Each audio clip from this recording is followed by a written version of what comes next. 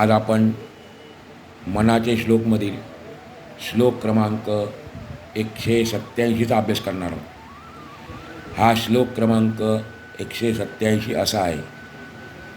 भूते पिंड ब्रह्मांड हे ऐक्य आहे, परी सर्वही सस्वरूपी न साहे. मना भासले सर्व काही पहावे, परी संग सोडून सुखी रहावे. आपण पुन्हा एकदा श्लोक ऐकूया. भूते पिंड ब्रह्मांड हे ऐक्य आहे, परी सर्वही सस्वरूपी न साहे. मना भासले सर्व काही पहावे, परी संग सोडून सुखी रहावे. या श्लोकातल्या काही शब्दांचे आपण अर्थ पाहूया. पहिल्या चरणात शब्द आलेला आहे भूते. भूते म्हणजे पंचमहाभूते. आपल्या मनात जो अर्थ आहे तो नाही. पिंड म्हणजे व्यक्ती, जीव. पिंड म्हणजे व्यक्ती किंवा जीव. ब्रह्मांडाचा अर्थ जग. दुसरा अर्थ आहे विश्वात्मक देव. दुसऱ्या चरणात शब्द आलेला आहे सस्वरूप. सस्वरूपचा अर्थ आहे शाश्वत असे आत्मस्वरूप. शाश्वत असे आत्मस्वरूप. चौथ्या चरणात शब्द आलेला आहे संग. संगचा अर्थ आहे आसक्ती, मोह. असे दोन अर्थ आहेत संघाचे. समर्थ सांगतात पिंड म्हणजे जीव किंवा व्यक्ती आणि ब्रह्मांड म्हणजे जग. हे दोन्ही पंचमहाभूतांनीच बनलेली आहेत आणि म्हणून पिंड, ब्रह्मांड आणि भूते यांच्यात ऐक्य आहे. परंतु या तिघांचाही संबंध शाश्वत अशा आत्मस्वरूपाशी नाही. सस्वरूप म्हणजे आत्मस्वरूप या सर्वांपेक्षा वेगळे आहे. ते यात नाही. म्हणजे सस्वरूप जे आहे आत्मस्वरूप ते पिंडामध्ये, ब्रह्मांडामध्ये आणि पंचमहाभूतामध्ये नाही. म्हणून डोळ्यांना आणि मनाला जे जे भासते, ज्याचा ज्याचा भास होतो ते ते आपण पाहावे. पण दृश्य म्हणजे दिसणारे आणि भासणारे जे स्वरूप आहे ते वेगळे आहे हे लक्षात ठेवावे. त्याच्याशी लिप्त होऊ नये. दृश्य स्वरूपाशी, दृश्य जगाशी आपण लिप्त होऊ नये. त्यामध्ये अडकून न पडता दृश्य भासाचा संग सोडून, त्याची आसक्ती सोडून स्वानंदामध्ये मग्न होऊन सुखी व्हावे. असा या श्लोकाचा आपल्या थोडक्यात अर्थ सांगता येईल. आपण सर्वजण या दृश्य जगाच्या आसक्तीमध्ये गुरफटून गेलो आहोत. परंतु संत महात्म्यांनी हे दृश्य जगत खऱ्या अर्थाने जाणले, अनुभवले. त्यांनी आत्मज्ञानाच्या दृष्टीने या विश्वाला पाहिले.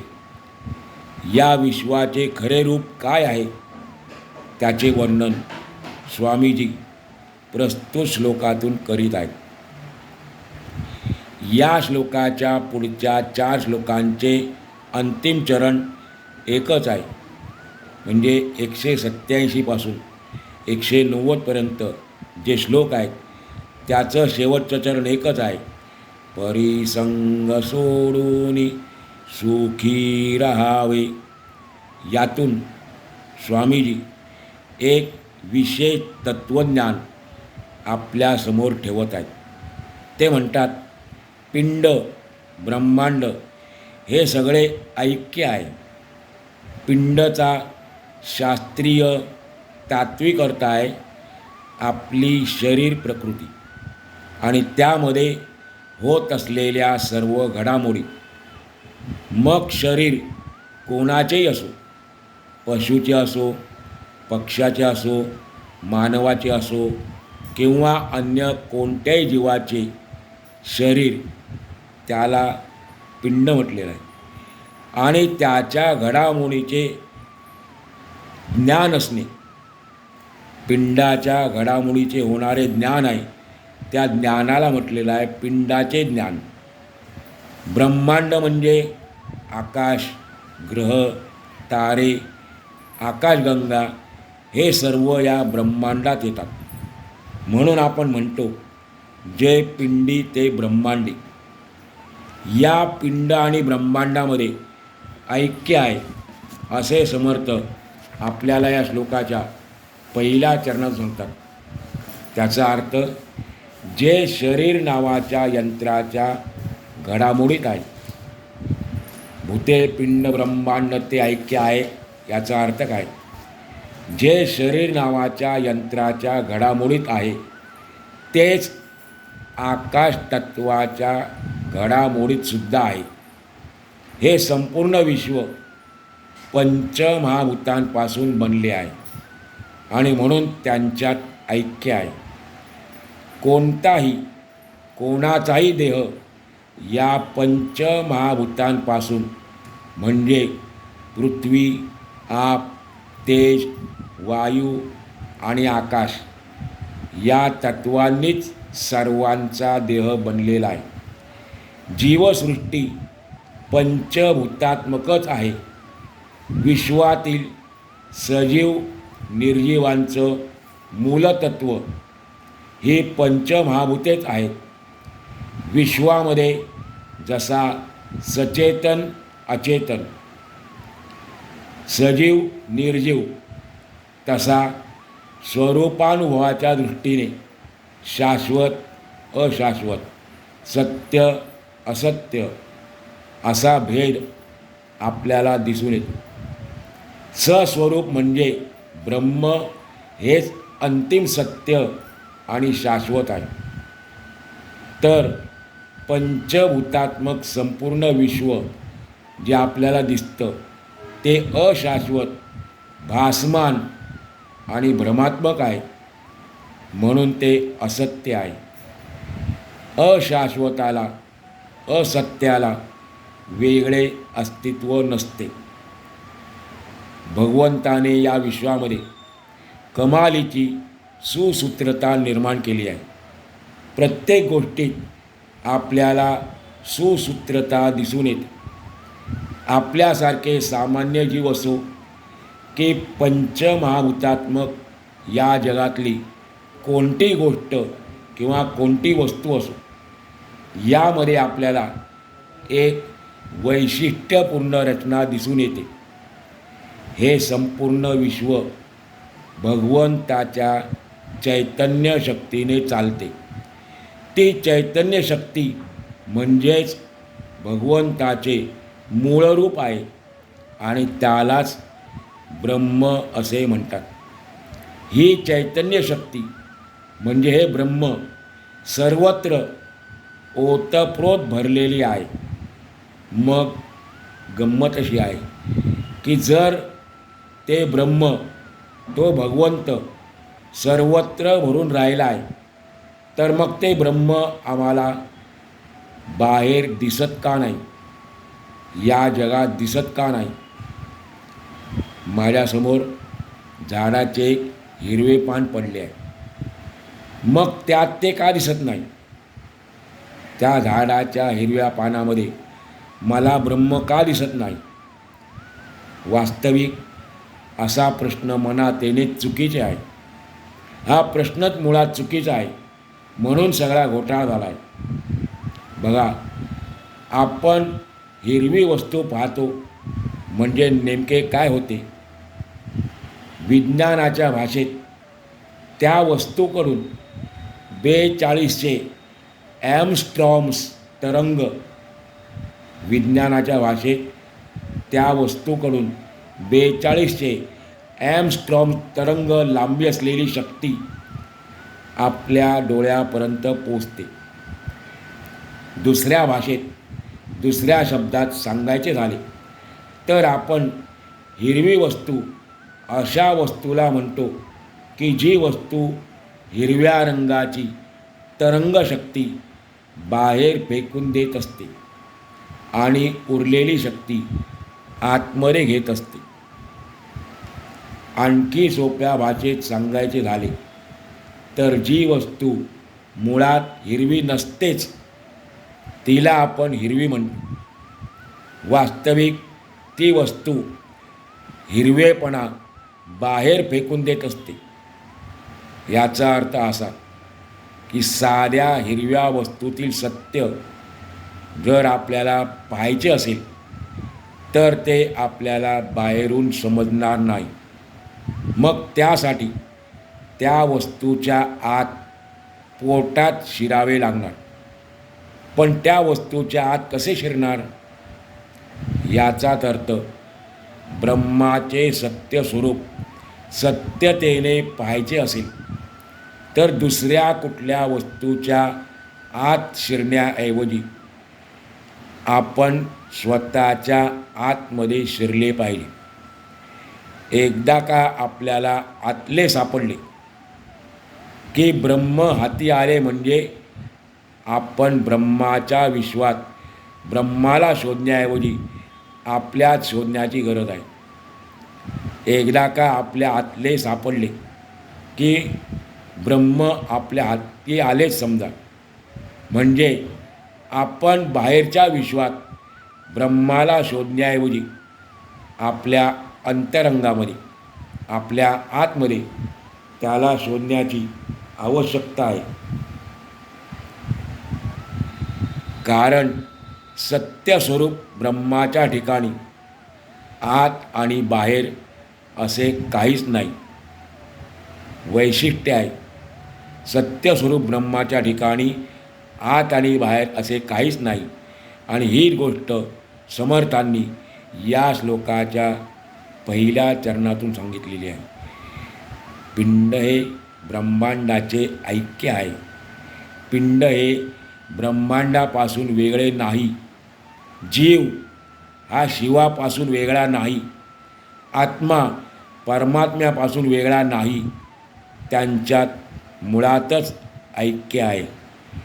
पिंडचेच आपण अर्थ घेतले जीव, आत्मा, आणि ब्रह्मांडाचा अर्थ घेतला आपण शिव, परमात्मा. यांच्यामध्ये भेद नाही. मुळातच ऐक्य आहे. आपण ज्या माठातले थंड पाणी पितो तो माठ बनवण्यासाठी पंचमहाभूते एकत्र आलेली असतात. आपण आत्ता त्यांची नावं ऐकली आणि सर्वांना माहीत आहे.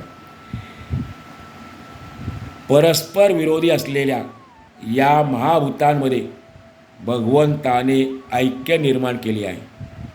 वास्तविक पृथ्वी, आप, तेज, वायू आणि आकाश या तिघांचं वैर आहे, शत्रुत्व आहे. पृथ्वी म्हणजे आपण ज्या पृथ्वीचा अर्थ घेतो मनामध्ये तो अर्थ नाही. पृथ्वीचा अर्थ आहे माती. मातीचा पाण्याशी शत्रुत्व आहे. मातीमध्ये पाणी गेलं की पाण्यात संपून जातं.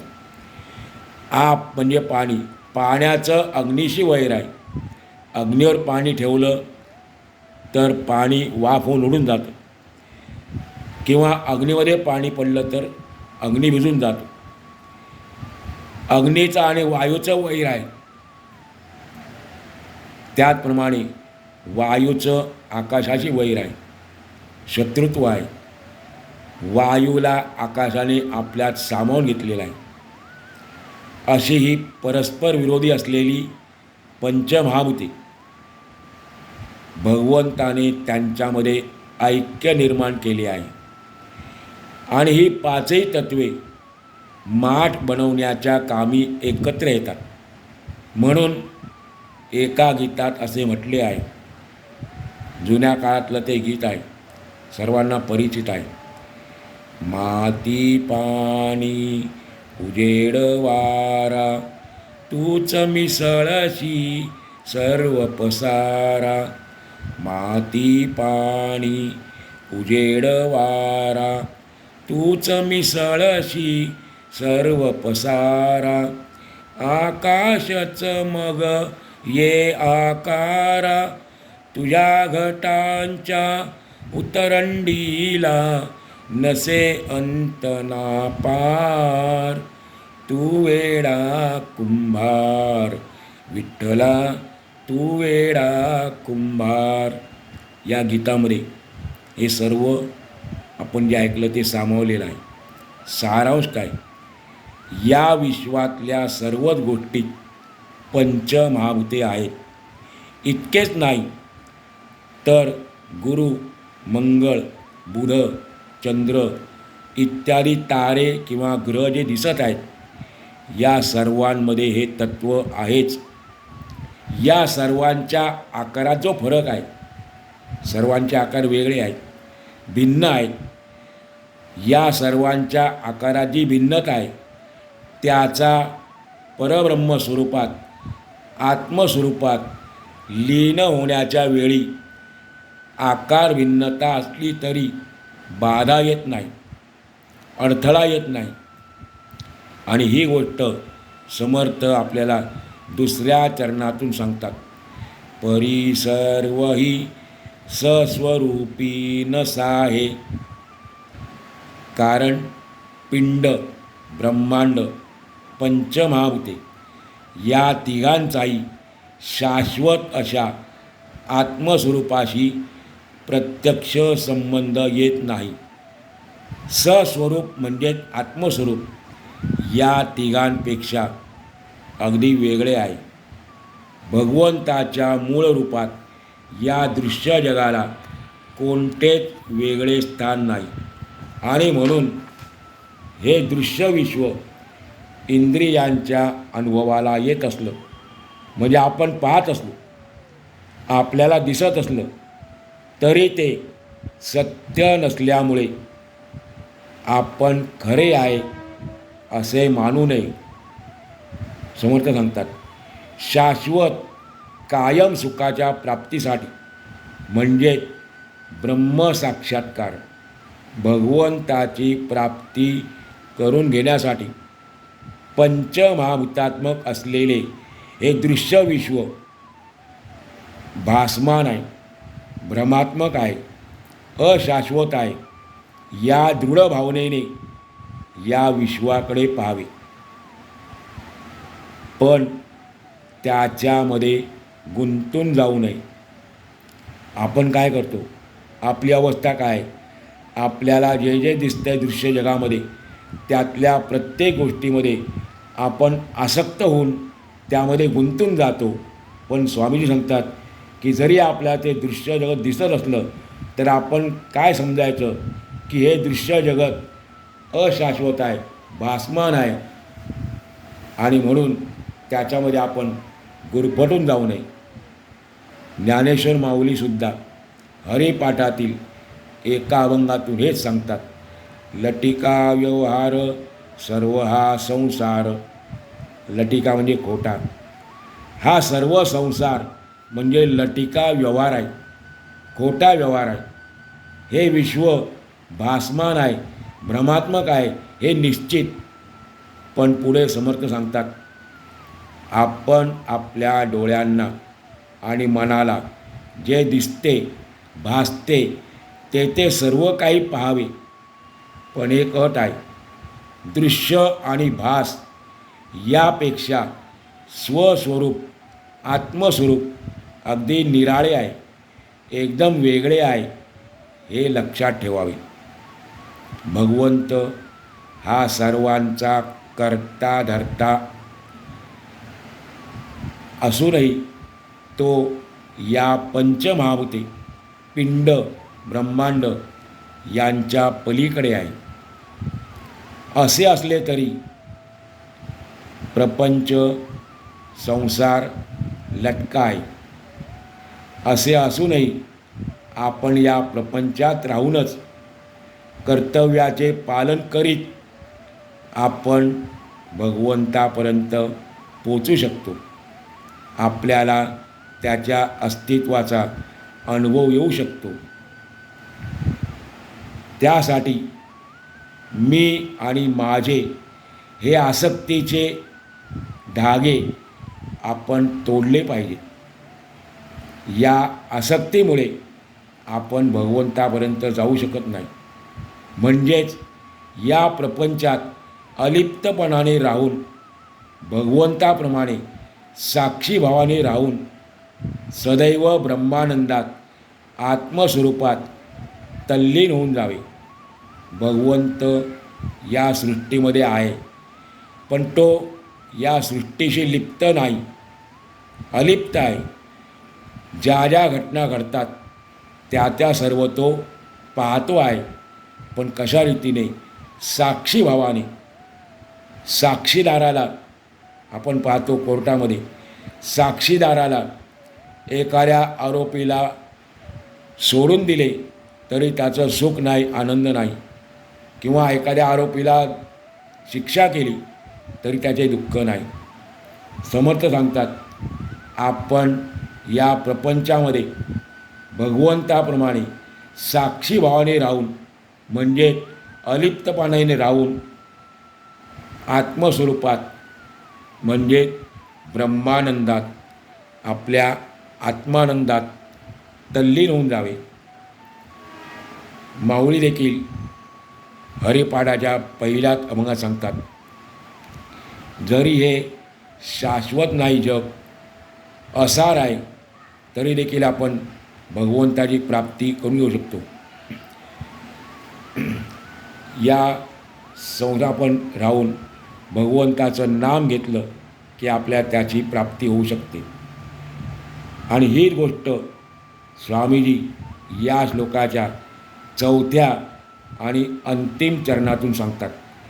परिसंग सोडून सुखी राहावे.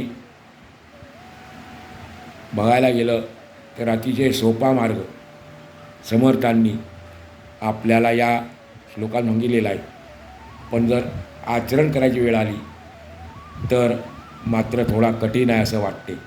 तरी आपण या संत महात्म्यांच्या आशीर्वादाने जी वाटचाल सुरू केलेली आहे, आत्मानंदाकडे जाण्याची, ब्रह्मसाक्षात्कार घेऊन राहण्याची, भगवंताच्या प्राप्तीकडे जाण्याची वाटचाल सुरू केलेली आहे, त्यामध्ये आपल्याला त्यांच्या आशीर्वादानेच आपल्याला देखील अशी प्राप्त होईल, यात काही शंका नाही.